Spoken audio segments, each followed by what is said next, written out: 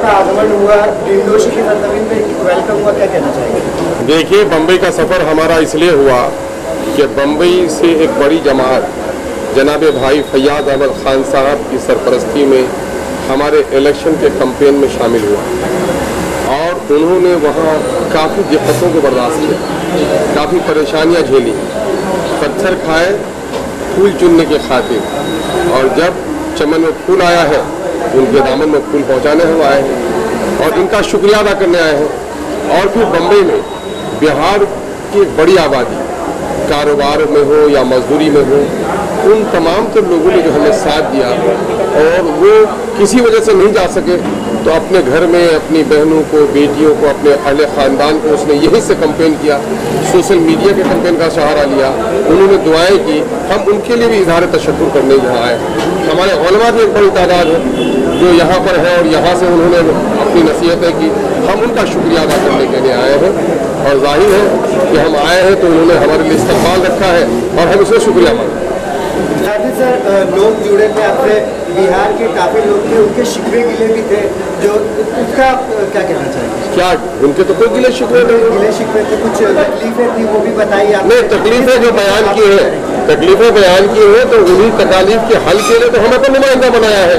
तो हम इन तमाम तकालीफ के लिए मैं आपको बता दूं कि अभी हमने लेबर मिनिस्टर से बात की है कि साहब हमारे बिहार के जो मजदूर बाहर जा रहे हैं वो सिर्फ अपने खानदान और कुंबे की परवरिश के लिए नहीं जा रहे हैं, उनकी गाड़ी, खून और पसीने की कमाई का एक बड़ा हिस्सा टैक्स की शक्ल में बिहार सरकार के खाते में भी जाता है और वहाँ वो बीमार पड़ते हैं, हादसे से दो चार हो जाते हैं, इंतकाल उनका हो जाता है, बिहार सरकार उसकी फैमिली का आंसू पोंछने के लिए भी तैयार नहीं है।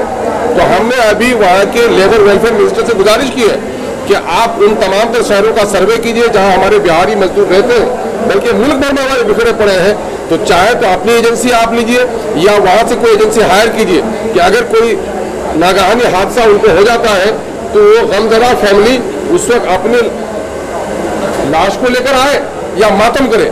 ऐसे वक्त में हुकूमत की जिम्मेदारी बनती है कि उस लाश को उनके ठिकाने तक पहुंचाने का काम करे। और जाहिर है एक पर तो लाख रुपए से ज्यादा का खर्च भी नहीं है, 50 से लाख रुपए खर्च होगा, तो क्या हम अपने मजदूर के वेलफेयर के रिता भी नहीं कर सकते हैं?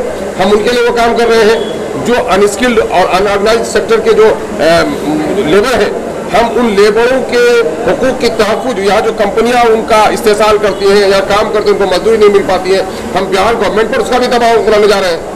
और मामला ये है कि सीमांचल में जो AMU का कैंपस खुला और MPU का कैंपस तब तक पैसा नहीं दिया गया, तो तहरीक चलाकर हम लोगों ने ज़मीन हासिल की थी और उसके लिए और तहरीक चलाने का हम काम करेंगे।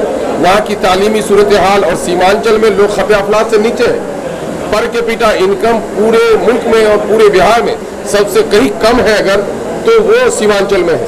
सैलाब की तबाही है, खेतियाँ वीरान हैं, बेरोजगारी की वजह से सिर्फ मजदूर पलायन नहीं कर रहा है बल्कि अतफाल मजदूर जो चाइल्ड लेबर है वो भी काफ़ी संख्या में आ रहे हैं हमारे यहाँ, बल्कि अब तो खवातीन भी काम करने के लिए आ रही हैं। इस गुर्बत से निकालने के लिए हम संजीदा हैं और कोशिश कर रहे हैं और इन लोगों ने हमें साथ दिया है। हम ये लड़ाई पूरी दयानतदारी के साथ लड़ेंगे और हम यहाँ इसलिए भी आए हैं कि चाहे कोरोना काल में हो, चाहे बेरोजगारी के दिनों में, बम्बई के बहुत सारे लोगों ने हमारे लोगों के साथ बड़ा हमदर्दाना सलूक किया है। हम उससे गुजारिश करते हैं कि मेरे भाइयों को जब भी कोई तकलीफ पहुंचे तो आपसे जो भी हो सके हमारे भाइयों की मदद कीजिए। हम भी लड़ाई लड़ते हैं, थोड़ी मदद हमारी कीजिए, ये तो हमारे एजेंडे का हिस्सा है। सर, यहाँ पे जी आप क्या कहना चाहेंगे? मुंबई में सारे MLAs का आगमन हुआ, आप साथ ही दौरे पे है, किस तरह का? देखिए, इनका जो आगमन हुआ है इज़हार तशक्कुर के हिसाब से हुआ है, क्योंकि इनकी जीत में मुंबई शहर का बहुत बड़ा रोल है। बहुत से लोग यहाँ से बिहार गए, सीमांचल गए, जो नहीं जा पाए वो यहाँ फ़ोन के ज़रिए अपने परिवार वालों को बोले, अपने चाचा को, खालू को, मामू को, दादू सबको। ये जीत बहुत ही बड़ी जीत हमारे लिए और हमारे लिए बुनियाद का पत्थर है। बुनियाद का पत्थर इसके लिए कि कौम जो है आज अपने आप को कहीं खो दी, इसके लिए कहीं ना कहीं पत्थर गाड़ना जरूरी है और सीमांचल में हमने 5 सीटें जीत कर अपनी बुनियाद का पत्थर रखा है और इंशाअल्लाह इमारत भी तैयार करेंगे। सर, काफ़ी ताकत में यहाँ पे युवा है, क्योंकि आपके पार्टी द्वारा क्या कहना चाहेंगे युवा को?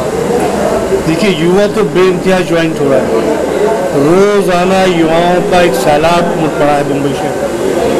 मुंबई शहर नहीं, गुजरात में, यूपी में, राजस्थान में, मध्य प्रदेश में, सब जगह युवा ज्वाइन कर रहा है। ज्वाइन करने का मकसद ये है कि सरकार से परेशान है, रोटी रोज़ी कपड़ा मकान नहीं है, इसके लिए युवा पार्टी यहाँ पे ज्वाइन कर रही है। मैंने आने वाले 2022 में, आने वाले 2022 में क्या पार्टी कुछ और क्या करेगी? भैया, चुनाव लड़ेगी और क्या करेगी, और चुनाव की तैयारी हम करेंगे इंशाल्लाह। अभी रस्म शुक्रिया चल रहा है, इसके चुनाव की तैयारी करेंगे हम। Thank you sir. जी शाकिर भाई, क्या कहना चाहेंगे? आज का कार्यक्रम क्या था और पूरा विस्तार? आज का प्रोग्राम जो है, हमारे बिहार से हमारे मेहमान जो अभी नवनिर्वाचित एमएलएज हैं पांचों, अख्तर ईमान साहब प्रदेश अध्यक्ष, वो उनकी शिरकत थी और हम लोगों में हौसला बढ़ाने के लिए और हमें मोटिवेशन करने के लिए वो लोग यहाँ पे आए थे। अल्हम्दुलिल्लाह बहुत अच्छा प्रोग्राम रहा, लोगों ने भी उनको बहुत अच्छे से सुना और अख्तर ईमान साहब और बाकी के जो चंद दीगर अपने एमएलएज थे, उन्होंने माशाल्लाह काफ़ी हद तक हमको गाइड किया और आने वाले इलेक्शन में हमें कैसे काम करना है उसके बारे में हमें नसीहत दी।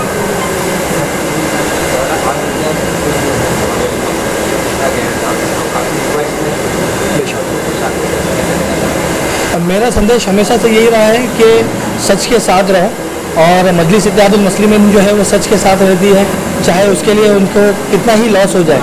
जैसे हमारे बैरिस्टर असद साहब को आपने देखा है, और वो कभी भी किसी पार्टी के सपोर्ट में या समर्थन में नहीं जाते हैं। क्यों? क्योंकि हर पार्टी जो है अपने मफाद के लिए काम कर रही है। असद ओवैसी साहब, अकबर ओवैसी साहब और मजलिस इत्तेहादुल मुस्लिमीन जो है कभी भी अपने मफाद के लिए काम नहीं करती। जैसे आपने हमेशा हर इलेक्शन में देखा हुआ, हमने कभी किसी से गठबंधन नहीं किया। आज हमने अपना वजूद बनाया है और आज जो दीगर पार्टियां जो हमसे दूर भागती थी, आज वो हमसे गठबंधन करने के लिए हमारे पास आ रही है। क्यों? क्योंकि आज असद ओवैसी साहब और अकबर ओवैसी साहब ने वो अकीदत अपनी क़यादत बनाई है और लोगों को मजबूत किया और हम जैसे कैडेट को जो है बोलने की ताकत दी है। आज हम जो है हमारे हर एरिया में और हमारे हर तालुका में, हर वार्ड में बोलने लायक हो गए। इससे पहले हमें कभी ये ताकत नहीं मिली थी, लेकिन असद ओवैसी साहब और अकबर ओवैसी साहब के आने से, मजलिस इत्तेहादुल मुस्लिम के आने से हमें वो ताकत मिली है। बिल्कुल जी, बिल्कुल। बेशक हमने समाजी लेवल पे काफ़ी काम किया है। जैसे हमने मेडिकल एजुकेशन पे काम किया है।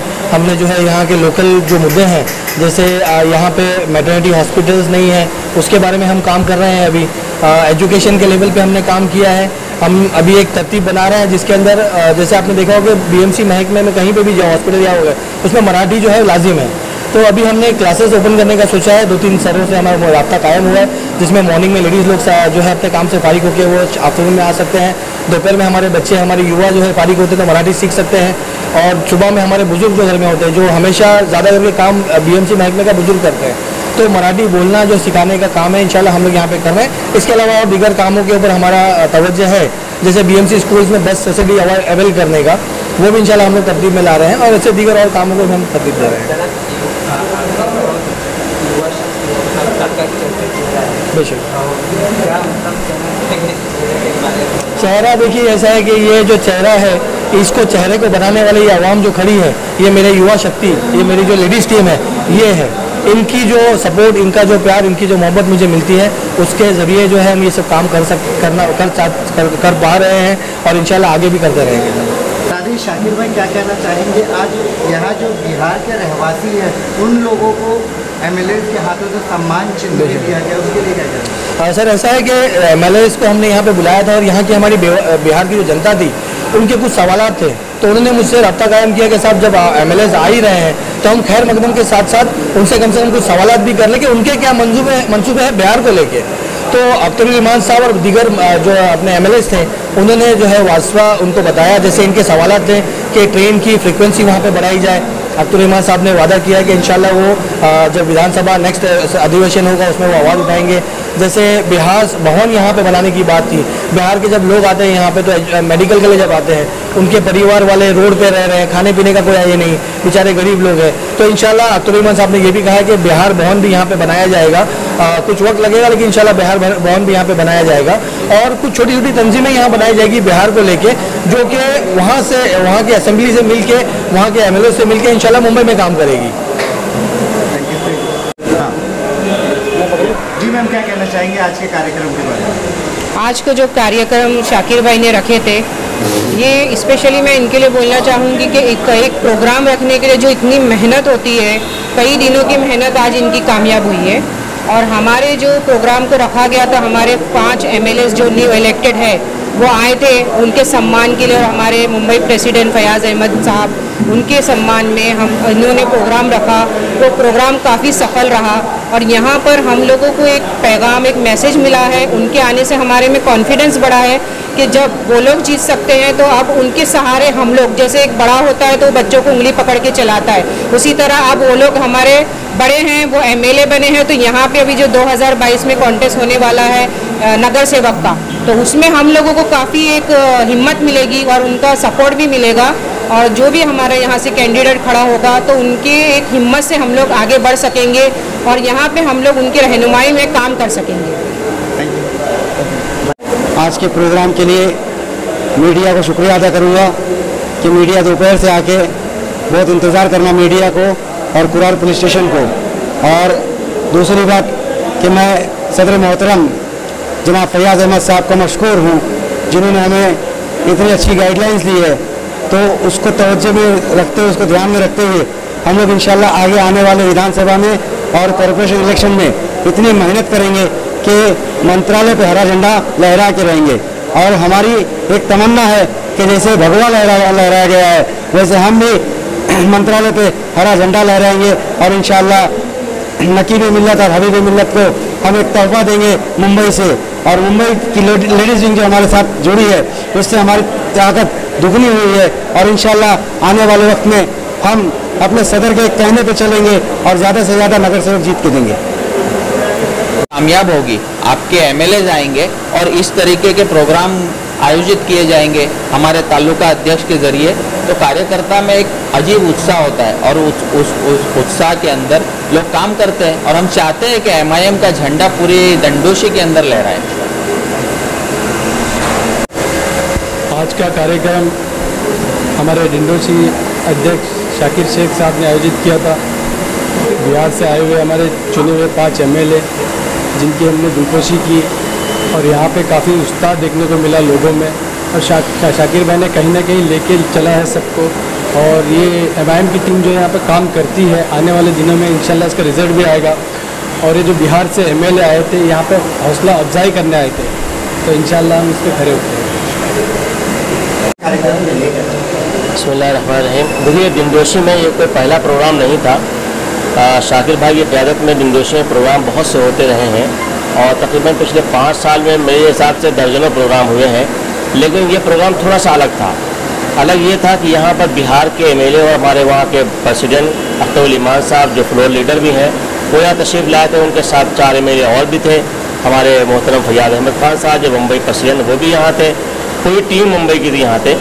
दरअसल ये जो आज का प्रोग्राम था, ये एक इस्तकबालिया प्रोग्राम था, लेकिन ये हमारी तरफ से इस्तकबालिया था, लेकिन उन MLAs की तरफ से एक शुक्राने का प्रोग्राम था। वो यहाँ आए थे ताकि हम यहाँ मुंबई के वो आवाम जिनका ताल्लुक़ ख़ासतौर से बिहार से है और जिनका बिहार से नहीं है, जिन्होंने अपने दुआएं की थी, जिन्होंने वहाँ जाकर वोट दिए थे, यहाँ से फ़ोन कराया था, जिन्होंने वहाँ की सीमांचल की 5 सीटों की जीत में अपना अहम किरदार अदा किया था, उनके शुक्राने के लिए यहाँ पर आए थे, उनके शुक्रिया अदा करने के लिए आए थे।